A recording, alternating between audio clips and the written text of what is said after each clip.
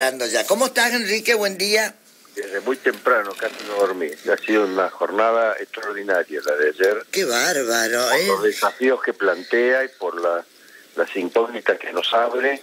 Sí. Por el espacio enorme que abre para no solo para la reflexión, sino para la acción. Pero, ¿qué lectura se hace? ¿Qué pasó? ¿Qué pasó en Jujuy? ¿Qué pasó en Corrientes? ¿Qué pasó en todo? ¿Qué pasó? Bueno, es muy complejo, pero es muy simple porque lo habíamos hablado con vos el fin de semana también. O sea, sí, es cierto. Trabajamos juntos. A partir del lunes pasado comenzó a pronunciarse una clarificación del electorado. Y allí Milei, que llevaba una ventaja de 3-4 puntos, la perdió. Y la perdió en episodios enormemente elocuentes. El primero de ellos cuando calificó los plazos fijos de excremento. Sí. Es la herramienta que utiliza el 99% de los argentinos para sobrevivir. Sí. Frente a los desastres de los gobiernos. Sí. Es la única herramienta que tiene es vender su dinero como peso, sobrepeso, peso. ¿Te das cuenta? O sea, no tiene una cuenta en dólares en su banco para pedir a una sociedad de bolsa un dólar MEP y después estacionar los bonos durante no sé cuánto tiempo y después cambiarlo y volver a peso. Eso no es el negocio posible. Muchísima gente sintió que estaba hablando con un tipo de otra galaxia, con otros intereses, y que esos intereses jamás podrían pasar por tu casa y por tu hogar y por tus problemas. Eso para mí me parece que fue el lunes pasado o algo así, empezaron las encuestas de la pucha de eso. Se agregó el increíble acto de Milei, cuyo centro de gravedad fue la declaración del gurú en el sentido de que había que cortar las relaciones con el Vaticano. Pero la razón fue lo peor, porque ¿cuál era el argumento? Tenemos que ser como Roca y romper con el Vaticano. ¿Por qué? Hasta que este sujeto que está allá se vaya. Estamos hablando del Papa Francisco, que no puede ser católico, no católico, pero los protestantes, los musulmanes, los judíos, los evangélicos, y es argentino, ¿no es cierto? Entonces la verdad sonó algo tan fuera de lugar, trató de achicar el agujero del bote como pudo el pobre Milei, pero era una catástrofe lo que ocurrió. Y ahí se sumó después la fiesta y la gente que rodea a Milei, eso generó, creo, una pérdida de votos muy importante en la provincia de Buenos Aires y en muchos lugares de la zona centro, en Córdoba, por supuesto, y me imagino que eso fue en Corrientes. Sí, a ver, si bien perdió pocos votos en Corrientes, era tan fuerte la ruptura interna de ECO y del voto de la coalición gobernante que se ha producido. Entonces, Massa, sin crecer significativamente en muchas provincias, ganó las elecciones, porque bajó Milei, y bajó en un momento, bajó al extremo que casi le permitió hacer la voz, pero no cometió tantos errores o iguales de los de Milei. Insistió con ese discurso absolutamente antikirchnerista con rasgos de torpeza. Mirá aquí la Loma de Zamora. La Loma de Zamora no es el departamento de Insaurralde, es el de Eduardo Dualde, es un proceso del peronismo. Ayer decía López Simoni que el Loma de Zamora es la tierra de Insaurralde, y anoche me decían lo mismo. No, nada que ver. Eso es Dualde. La tierra de Eduardo Dualde, y está allí la Universidad de Loma de Zamora, que es la universidad más prestigiosa del conurbano, que es extraordinaria, que tiene 2 miembros de la universidad en el Consejo de la Magistratura. No tiene nada que ver con... O sea que Loma de Zamora ganó Dualde. Ganó el peronismo, esencial. Ese acto, que fue un acto muy torpe, fue tan fuera de lugar. Además hizo una placita que se llama Raúl Alfonsín, que es un homenaje que Eduardo le hizo hace muchos años a Alfonsín, con una plaza en Loma. Tan ridículo, en vez de utilizar Lanús, que era el lugar donde debía haber hecho ese acto. Bueno, el castigo, incluso Lanús perdió Grindetti la elección. ¿Te das cuenta? Todos son despropósitos. Bueno, espera, Enrique, o sea, que Chocolate, Insaurralde, el Yate, no sirvió de nada. Mira, te voy a explicar una cosa que te lo explicamos toda la semana, fin de semana hablando con vos. Sí. Nosotros hicimos estudios sobre el voto de Milei, nosotros y casi todos los que han estudiado en serio las cosas, y las razones por las cuales la gente había votado a Milei fueron, en primer lugar de todo, seguridad. Segundo lugar, empleo. Tercero, educación. Y cuarto, salud. La inflación estaba octavo. Porque no es un tema que la gente lo coloque en la elección. Para muchos consultores economistas, particularmente los economistas del radicalismo, y también los consultores políticos, el voto es un voto racional, donde si yo tengo una necesidad, voto según funcione. Y eso no es así. El voto racional, que se le llama, o el voto económico, la gente vota con el bolsillo, eso es falso, rotundamente falso. El bolsillo de la gente está en muchos lugares, está en el corazón, está en la cabeza, está en el bolsillo, está en distintos lugares, pero depende, la gente es distinta. Entonces, la verdad de las cosas es que ni la corrupción, no quiere decir que no sea importante la corrupción, pero nadie se sintió sorprendido. Este muchacho Insaurralde, por Dios, cómo me ha defraudado. ¿Quién iba a pensar? Voy a votar a Patricia Bullrich. Eso es imposible. Es un razonamiento en un peronista increíblemente bizarro. ¿Te das cuenta? Hay cosas ridículas. Y creo que eso se pagó muy caro por amateurismo, por falta de estudio, además, porque las provincias casi todas las provincias, por ejemplo, no hicieron encuestas, no hicieron boca. No, acá tampoco, ¿eh? Acá el gobierno tampoco hizo. Y así le fue, porque dice, bueno, las encuestas no se puede creer. No crees en las encuestas, bueno, así te va. Así te va. Es como decir, bueno, no creo en el periodismo porque el periodismo es ensombrado. Entonces, así te va también. Claro. Vos tenés que acceder a la realidad. Los instrumentos son imperfectos. Los que tienen esos instrumentos, los periodistas, los encuestadores, son imperfectos, por supuesto. Pero si no tenés eso... O sea, yo no creo, la verdad, creo en Dios, pero no creo en locura. Bueno, entonces no creo que vaya a ser... Bueno, ahora, ¿qué pasó con Patricia Bullrich?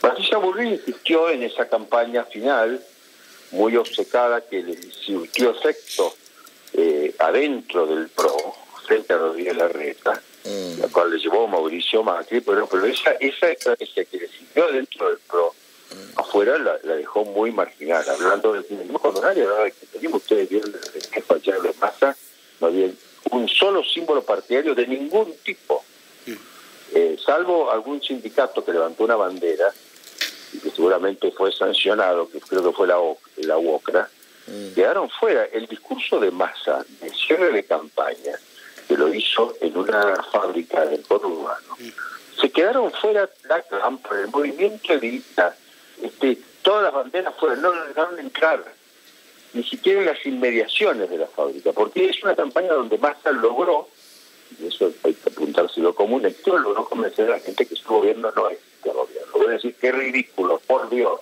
¿a quién se le ocurre? ¿Qué falta de sentido común? Bueno, no tiene tanta falta de sentido común, eso le permitió a Petro ganar las elecciones con Gutiérrez Rubí al lado, y le permitió a la alcaldesa de México ganar la interna de Morena en los poderes, también de la mano de Rubí. Es una cosa certificada. Pero Massa gana con el... Pero espera, ¿cómo? ¿Qué me decís? Massa gana con el peronismo ayer. Pero no lo va a tener el peronismo en ningún momento en la oferta electoral. Eso es cierto. Eso es cierto. No subió nadie. Anoche cuando habló no estaba nadie en el escenario. Estaban todos en el piso de arriba. Sí. Ninguno bajó, ni de cerca, ni en la platea. Todo el mundo fuera. Y ahí está, yo creo, me parece... El éxito, ¿no? En la política hay tres componentes básicos. Un componente es la estrategia, otro es el liderazgo y otro es el territorio. Massa tuvo una estrategia que fue la marcó Cristina Fernández de Kirchner, que fue la estrategia de dividir a la oposición. Lo logró. Era imposible. En mayo iba ganando Juntos por el Cambio por 14 puntos. Y se derrumbó de una manera increíble. Ha perdido casi 5 millones de votos Juntos para el Cambio. Es una catástrofe. Eso es un triunfo estratégico. Después está el liderazgo. El liderazgo no lo tenía Massa, pero se lo aportaron los gobernadores. Lo aportó Zamora, que ayer obtuvo nuevamente el 65% de los votos y 8 diputados. Imagínate que son 8 diputados en el Congreso de Viena. Entonces, la verdad de las cosas es que los gobernadores le proveyeron ese liderazgo que él no tenía, lo fortalecieron, Cristina lo entendió, Y después el territorio, más se lo tenía que pero se lo dieron también los gobernadores. Pero lo dieron no solo los gobernadores, se lo dieron incluso muchas provincias donde es imposible que se pudiera firmar el peronismo. Pensar el caso de Corrientes, o el caso del presidente del Perú, ganó Massa a pesar de que la gobernación la ganó Rogelio Frigerio. Pero bueno, ayer había el comentario de que había gente, en los sobres votaban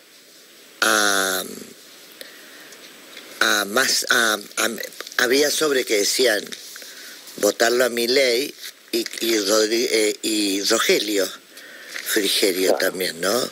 O sea, pero Frigerio siempre fue peronista, se hizo del PRO. Sí, se hizo del PRO, pero dice que no ordenó que se le vote a Bullrich.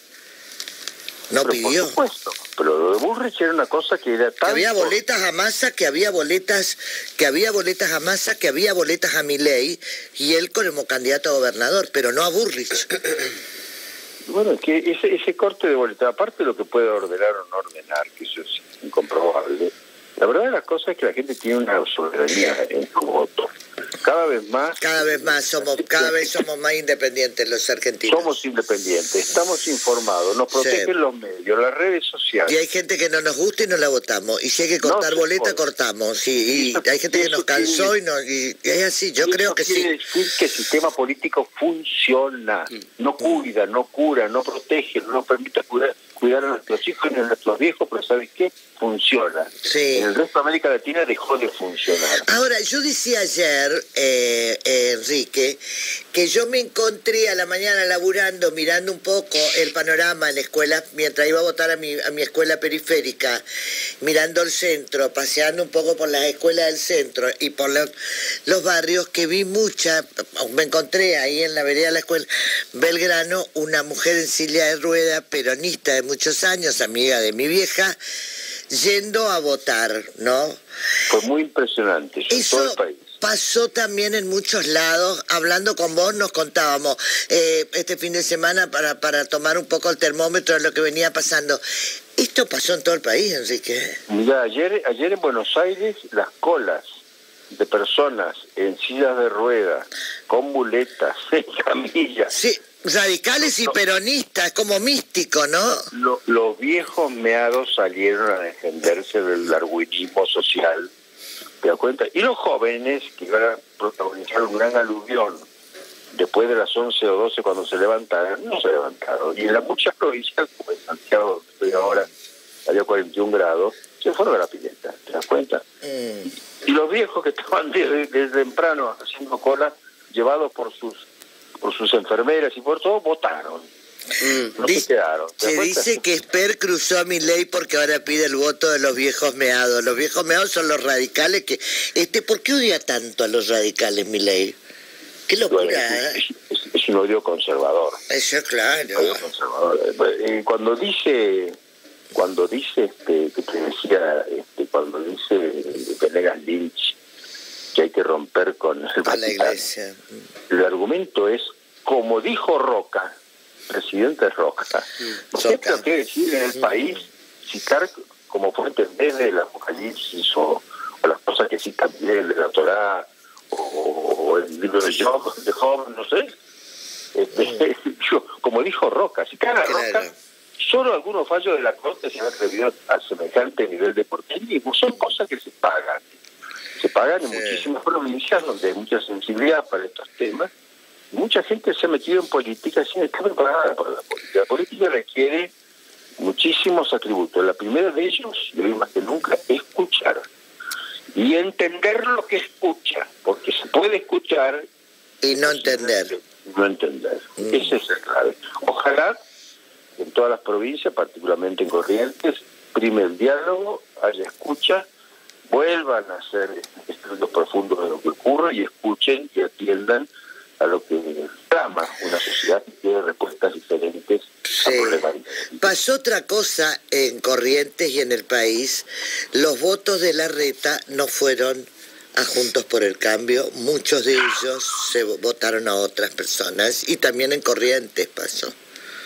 Es que Larreta no es un caudillo que lo haya pretendido mostrar. Larreta es un muy buen coronel, como lo es Patricia Bullrich, como lo es Pichetto, por ejemplo, de algún general. Y ahora, si el general es Macri, insiste ser Macri, bueno, es posible que no haya esos coroneles que viven en el vacío, pretendan operar como generales, y cuando operan como generales tienen produciendo efectos exactamente contrarios de los que... Claro. Horacio, preguntas de qué. ¿Cómo le va, Zuleta? Buen día. Esta mañana habló Miriam Bregman, dejando en claro, digamos, textual, su declaración: Milei y Massa no son lo mismo. Ayer escuchábamos a Milei tenderle puentes a Juntos por el Cambio, e inmediatamente leíamos un mensaje de Suárez Lastra diciendo: no cuenten conmigo para votar a Milei. ¿Qué cree usted que va a pasar con el radicalismo, con la izquierda, con los votos de Schiaretti? Bueno, yo trataba de interpretar el gran hecho disruptivo que fue, sin lugar a dudas, las declaraciones de Ricardo Colombi, que están en ese orden de cosas, antes, anticipando todo. Y cuando uno ve a alguien que es un dirigente, y ese dirigente llega a un pueblo, llámese ese dirigente Suárez Lastra o Bregman en su pueblo de la uva, ¿no? O en su constituency, como dicen los americanos. El dirigente ya no le preguntan: fulano, ¿cómo van las encuestas? ¿O qué crees que va a pasar? Y fulano le dice: bueno, esperen al domingo, al lunes, y los cuerpos orgánicos deliberarán y decidiremos qué tienen que hacer. No, tienen que decir lo que van a hacer, pues le preguntan: ¿qué hacemos? Entonces el liderazgo de muchos dirigentes del radicalismo, un liderazgo que nace no de los cuerpos orgánicos, sino de la militancia, de ser dirigentes, de ser caudillos locales, los que están obligados a hablar con mucha claridad. Porque quienes los escuchan son gente simple, directa, los han acompañado en las buenas y en las malas, y les piden orientación, no en el caso de qué, o en la hipótesis de qué, sino que le dicen: ¿qué vamos a hacer? Y esos caudillos no pueden decir: mira, vamos a ver, hay que mirar, hay que ver. Ese no es un caudillo. Vamos a ver qué, Ricardo, qué, Facundo, qué tenemos que ver, Miriam. Decime qué vamos a hacer, porque necesitamos resolverlo ahora, porque tenemos acá muchas angustias y tenemos poco tiempo y no tenemos recursos, necesitamos saber qué vamos a hacer. Me parece que esta urgencia el radicalismo la tiene. El PRO no la tiene porque no tiene territorio, no tiene estrategia ni tiene liderazgo. Su partido porteño no puede esperar que la Corte se pronuncie sobre un problema. Y la gente se cansó, me dice que te pregunte, y es cierto esto, acá me dice Lucrecia, que la gente se cansó de tanta bronca. Me dice: salí de 3 grupos porque cómo puteaban contra uno, contra otro, contra contra aquello. Seguramente se refiere a grupos de WhatsApp. La bronca y el odio y todo eso, la gente está podrida también de eso. Por supuesto, está saturada. Me parece a mí, además me parece que mirar el país solamente de las no funciones, solamente de la pobreza, solamente de la privación y de la escasez, te lleva a ocultar que es un país que tiene en el corazón muchas otras cosas. Tiene esperanza, tiene abundancia, tiene satisfacción de necesidades básicas, quiere otras cosas, quiere calidad, quiere amistad, quiere una cantidad de valores que estima que se han perdido, y no está dispuesto a no hacer el esfuerzo para recuperarlo porque ve que está al alcance de la mano todo eso, ¿te das cuenta? ¿Y el plan platita, entonces? Bueno, hay clases medias que no es poca cosa. Un señor que se ahorra 10.000 pesos por mes, a lo mejor es la diferencia entre comer y no comer todo el mes, ¿no? No, yo creo que estamos subestimando eso. A mí me parece que no importa el contenido ni relación beneficio-costo, importa el gesto. Yo creo que eso del impuesto a las ganancias es una reivindicación de los radicales. Hasta lo toma del radicalismo desde hace tiempo, y ahora es una cosa equivocada porque me parece que niega el efecto redistributivo que tienen los impuestos directos. Eso hay que empezar a barajar y dar de nuevo, y hay muchas cosas, dijo Massa, que va probablemente a discutir. Habló de cosas que estaban prohibidos tocar, por ejemplo, habló de reforma laboral. Sí. Es imposible hablar de eso, no se debía, se que guardó algunos temas, ¿no? Como el de la reforma previsional, porque ese es muy delicado, porque tocar el ANSES, tocar el centro de la militancia. Sí. El kirchnerismo, pero la verdad de las cosas es que creo que Massa ha logrado convencer de que es su gobierno el turismo. mañana, su gobierno empezó hoy a las 8 de la mañana. No tiene cheque en blanco Massa. Massa tiene que tomar decisiones. Los que han firmado sin pagar eso lo van a levantar en cualquier momento. Los peronistas están hinchados como galleta en el agua, me dice acá Jorge, y es cierto.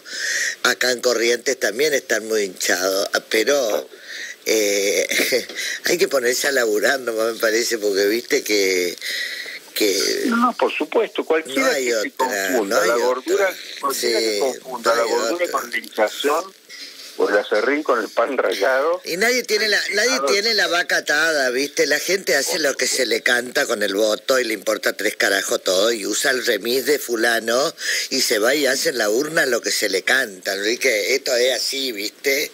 La gente y ya pasa, pero pasó ayer, acá pasó ayer. No es una sorpresa. Pasó lo que empezó a pasar. Como decía Bioy Casares, se está muriendo gente que nunca se moría. Así es. Ahora, Horacio, ¿querés preguntarle otra cosa, Enrique? ¿Qué cree que va a pasar con el futuro de Juntos por el Cambio? Bueno, entra en un estado deliberativo. Yo creo que la coalición está rota. Se vio en los actos finales, no hubo dirigentes radicales. Ayer tampoco lo hubo alrededor de Bullrich. Me parece que el radicalismo tiene a su vez otras prioridades y tiene una falta de liderazgo nacional muy grande y ha tenido un fuertísimo empate en las provincias propias y va a tener que enfrentar un conflicto de identidad muy grande, va a tener que optar entre el peronismo y Milei. No sé cómo van a resolverlo, supongo que cada gobernador tendrá que empeñar todo su liderazgo y su capacidad, tendrá que elevar sus intereses personales y tendrá que mirar por primera vez en mucho tiempo los intereses generales. Bueno, si uno toma la referencia de Macri, que es el líder, digamos, del espacio, ya está cantado, digamos, su inclinación. Bueno, Macri ha tenido una gran derrota política, aunque él insiste que tiene una victoria electoral ideológica, más que política. Pero eso Macri lo que pasa es que desde hace tiempo le está diciendo a su gente más próxima: tenemos que pensar en Macri 2027. Eso le viene diciendo a sus íntimos. Seguramente él querrá hacer una fuerza política al estilo que admira mucho él a Aznar, y dejarlo a Rodríguez Larreta que arme algo parecido a Cambiemos. Pero esto ya es todo en el vacío, fuera del territorio, en una situación de riesgo enorme, con un rechazo enorme de la gente. El gran problema que tenemos es que todos los dirigentes, los 3 candidatos, tienen 70% en contra. Y que ayer el que ganó es Massa, y el que siguió y puede llegar a ganar también, que es Milei, además de eso ya los han votado 2/3 en contra. Y ya hay un Congreso donde es imposible tener mayorías. Hay que ver lo que es la Cámara de Diputados, que será la más importante que la del Senado será. Y hay que pensar que el que quiera promover reformas grandilocuentes de primera, segunda, tercera generación, 30 años de candidato, eso no es este país. Este país es una cosa distinta. Obliga a un sistema de acomodamiento permanente donde va a ser más parecida a la política italiana que a la política que soñaba Olivo Cavallo o Menem y hoy Enrique, ¿alguna pregunta más para Enrique? ¿Querés hacerle oración? No. Hay mucha prensa, no sé si estábamos leyendo un tuit de Jorge Asís que habla de la cara de los periodistas de Juntos por el Cambio. Ayer se notaron muchos rostros patéticos realmente en la pantalla y desequilibrios emocionales también en la pantalla. Sí. Bueno, es que lo que pasa es que ayer se han tomado una cantidad de ídolos de barro, ¿no? Ha ganado un candidato que viene de una de las 24 provincias, que todas ellas tienen superávit fiscal en el 2020. Estás hablando de Tigre. Massa. Claro, viene de la provincia de Buenos Aires, o Kicillof. Bueno, todas esas provincias tienen superávit fiscal, se han endeudado, están funcionando, generan inversiones y les ha ido bien. Todas esas provincias. Los otros candidatos vienen de los canales de noticias de la capital federal y y bueno, lo que tienen detrás son 2 puntos de rating en el mejor de los casos. Los candidatos que han funcionado han salido de la provincia. Acá en Santiago volvió 65% a tener Zamora, 8 diputados y 3 senadores. El mismo pasado aquí al lado del Tucumán, y ha pasado en todas las provincias fuertes donde hay gobiernos que trabajan. ¿Vos decís que se baja Santoro de la segunda vuelta en Cava, en la ciudad de Buenos Aires? No tengo idea, debería, porque la verdad es que ese sistema de balotaje es irreal, ¿no es cierto? Es tan amplia la victoria de Jorge Macri que no se justifica esta cuestión. Pero bueno, debería, quiere decir que sería una decisión de él que pagaría seguramente políticamente, porque en realidad tiene margen, la Constitución lo protege, y probablemente vaya a la elección y trate de medir mejor el poder de la oposición. No hay, cuando libró esa batalla Lustó casi ganó. ¿Recuerdan ustedes lo que fue aquel balotaje? Yo creo que Santoro ha hecho una gran trayectoria. Santoro no es peronista, es un alfonsinista, tampoco es radical, una rara avis, ¿no es cierto?, que existe por allí. Ha hecho una muy buena campaña, tiene el aprecio de mucha gente, todo el periodismo y el mundo académico. Es un tipo muy directo, se lo conoce, era chico y andaba con Alfonsín y estaba casado con la hija de Leopoldo Moró. Ha hecho una gran carrera política también ella. Tiene raza y tiene fuerza y tiene, pero realmente va a ser una elección increíble porque son decimales, ¿no? Pero no sé, no conozco la política de la capital en profundidad, y menos los entresijos de estos grupos sectarios.